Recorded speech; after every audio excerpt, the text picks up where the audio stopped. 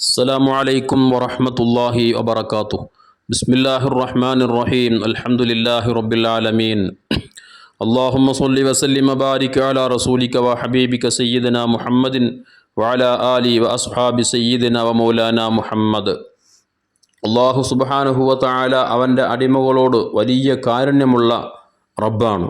അതുകൊണ്ട് തന്നെ ഒരാൾക്കും ഒരു പ്രയാസവും അവൻ്റെ ദീൻ വിഷയത്തിൽ ഉണ്ടാവരുതെന്നുള്ള നിർബന്ധം അല്ലാഹു തആലക്കുണ്ട്. അതുകൊണ്ട് പല പ്രയാസ സാഹചര്യങ്ങളിലും അടിമകളാകുന്ന നമുക്ക് അല്ലാഹു തആല ധാരാളം ആനുകൂല്യങ്ങൾ നൽകിയിട്ടുണ്ട്. അത് നാം പ്രയോജനപ്പെടുത്തുമ്പോൾ അത് അല്ലാഹു വലിയ ഇഷ്ടപ്പെടുന്നു. അതുപോലെ തന്നെ അല്ലാഹു ചെയ്യരുത്, നിങ്ങൾ ഒഴിവാക്കണമെന്ന് പറഞ്ഞ കാര്യങ്ങൾ നാം ചെയ്യുമ്പോൾ അല്ലാഹു തആലക്ക് അത് വല്ലാത്ത വെറുപ്പാണ്. ഇതുകൊണ്ട് തന്നെ അല്ലാഹു നൽകിയ ആനുകൂല്യങ്ങൾ അത് നാം പ്രവർത്തിക്കുമ്പോൾ റബ്ബിൻ്റെ തൃപ്തിയാണ് അതിലൂടെ നമുക്ക് നേടിയെടുക്കാൻ വേണ്ടി കഴിയുന്നത്.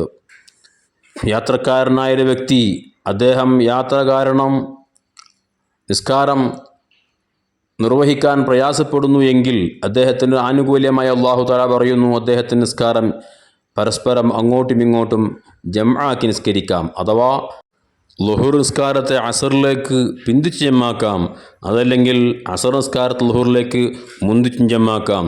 അതുപോലെ ഇശാ നിസ്കാരത്തെ മഗ്രിബിലേക്ക് മുന്തിച്ചോ അല്ലെങ്കിൽ മഗ്രിബിനെ ഇശായിലേക്ക് പിന്തിച്ചോ ജമാക്കി നിസ്കരിക്കാം.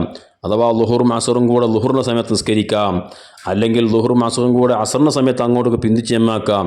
ഇതുപോലെ മഗ്രിബും ഇശാവും. ഇത് അല്ലാഹു നൽകിയ വലിയൊരു ആനുകൂല്യമാണ്. യാത്രക്കാരനെ സംബന്ധിച്ചിടത്തോളം വലിയ ഉപകാരപ്പെടുന്ന ഒന്നാണ്. ഏകദേശം 132 കിലോമീറ്റർ യാത്ര ചെയ്യുന്ന വ്യക്തികൾക്ക് ഈ പറയപ്പെട്ട ആനുകൂല്യം അവർക്കത് ഉപയോഗപ്പെടുത്താം.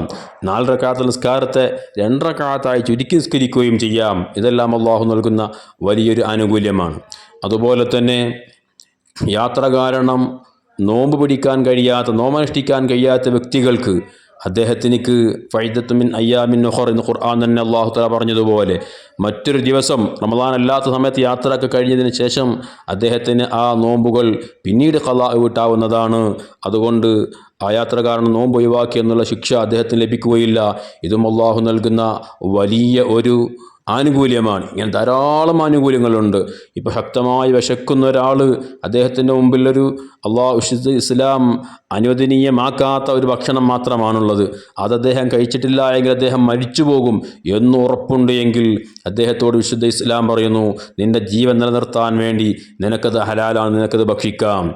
ഇങ്ങനെ തുടങ്ങി അല്ലാഹു തആല നൽകുന്ന എന്തെല്ലാം ആനുകൂല്യങ്ങളുണ്ടോ അതെല്ലാം ഉപയോഗപ്പെടുത്തുമ്പോൾ അല്ലാഹു തആലക്ക് അതുകൊണ്ട് വലിയ ഇഷ്ടമാണെന്ന് ഹബീബ് സല്ലല്ലാഹു അലൈഹി വസല്ലം നമ്മെ പഠിപ്പിച്ചതായി കാണാൻ കഴിയും. മഹാനായ ഇമാം അഹ്മദ് റളിയല്ലാഹു തആല അൻഹു, ബഹുമാനപ്പെട്ട ഇബ്നു ഉമർ റളിയല്ലാഹു അൻഹുവിനെ തൊട്ട് ഉദ്ധരിക്കുന്ന ഹദീസിൽ ഹബീബായ മുത്തുനബി സല്ലല്ലാഹു അലൈഹി വസല്ലം തങ്ങൾ പറഞ്ഞു, ഇന്നല്ലാഹ യുഹിബ്ബു, തീർച്ചയായും അല്ലാഹു തആല ഇഷ്ടപ്പെടുന്നു, അൻ തുഅത്താ റുഖ്സഹു, അല്ലാഹു നൽകുന്ന ഇത്തരം ആനുകൂല്യങ്ങൾ അത് കൊണ്ടുവരൽ, ജീവിതത്തിൽ കൊണ്ടുവരിക, അത് ഉപയോഗപ്പെടുത്തുക അല്ലാഹു തആലാക്ക് വലിയ ഇഷ്ടമാണ്. ഏതുപോലെ കമാ തുക്റഹു അൻ തുഅത മഅസിയതഹ്, ഒരാൾ തെറ്റ് ചെയ്യുക, അല്ലാഹു തആല ചെയ്യരുത്, നിങ്ങളത് ഒഴിവാക്കണം, നിങ്ങളൊരിക്കലും അതിലേക്ക് പോകരുത് എന്ന് പറഞ്ഞ വിഷയങ്ങൾ അത് ചെയ്യുമ്പോൾ അല്ലാഹു തആലാക്ക് വലിയ വെറുപ്പാണ്. അതുപോലെ ഇത്തരം റുഖ്സകൾ, ആനുകൂല്യങ്ങൾ അത് ഉപയോഗിക്കുക എന്നുള്ളതോ അത് അല്ലാഹു തആലാക്ക് വലിയ ഇഷ്ടമാണെന്ന് ഹബീബ് സല്ലല്ലാഹു അലൈഹി വസല്ലമ തങ്ങൾ നമ്മെ പഠിപ്പിച്ചിട്ടുണ്ട്. അപ്പോൾ നിസ്കാരത്തിൻ്റെ ജമാഅക്കി നിസ്കരിക്കുന്ന, അതുപോലെ തന്നെ ഖസറാക്കി നിസ്കരിക്കുന്നൊക്കെ മസ്അലകളൊക്കെ വേണ്ട രൂപത്തിൽ നാം മനസ്സിലാക്കിയുണ്ട്. അത് യാത്രക്കാരായ ആളുകൾക്ക് അത് ഉപയോഗപ്പെടുത്താം.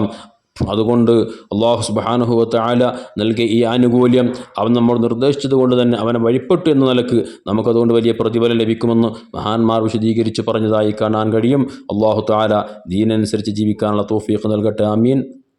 അസ്സലാമു അലൈക്കും വറഹ്മത്തുള്ളാഹി വബറകാതുഹു.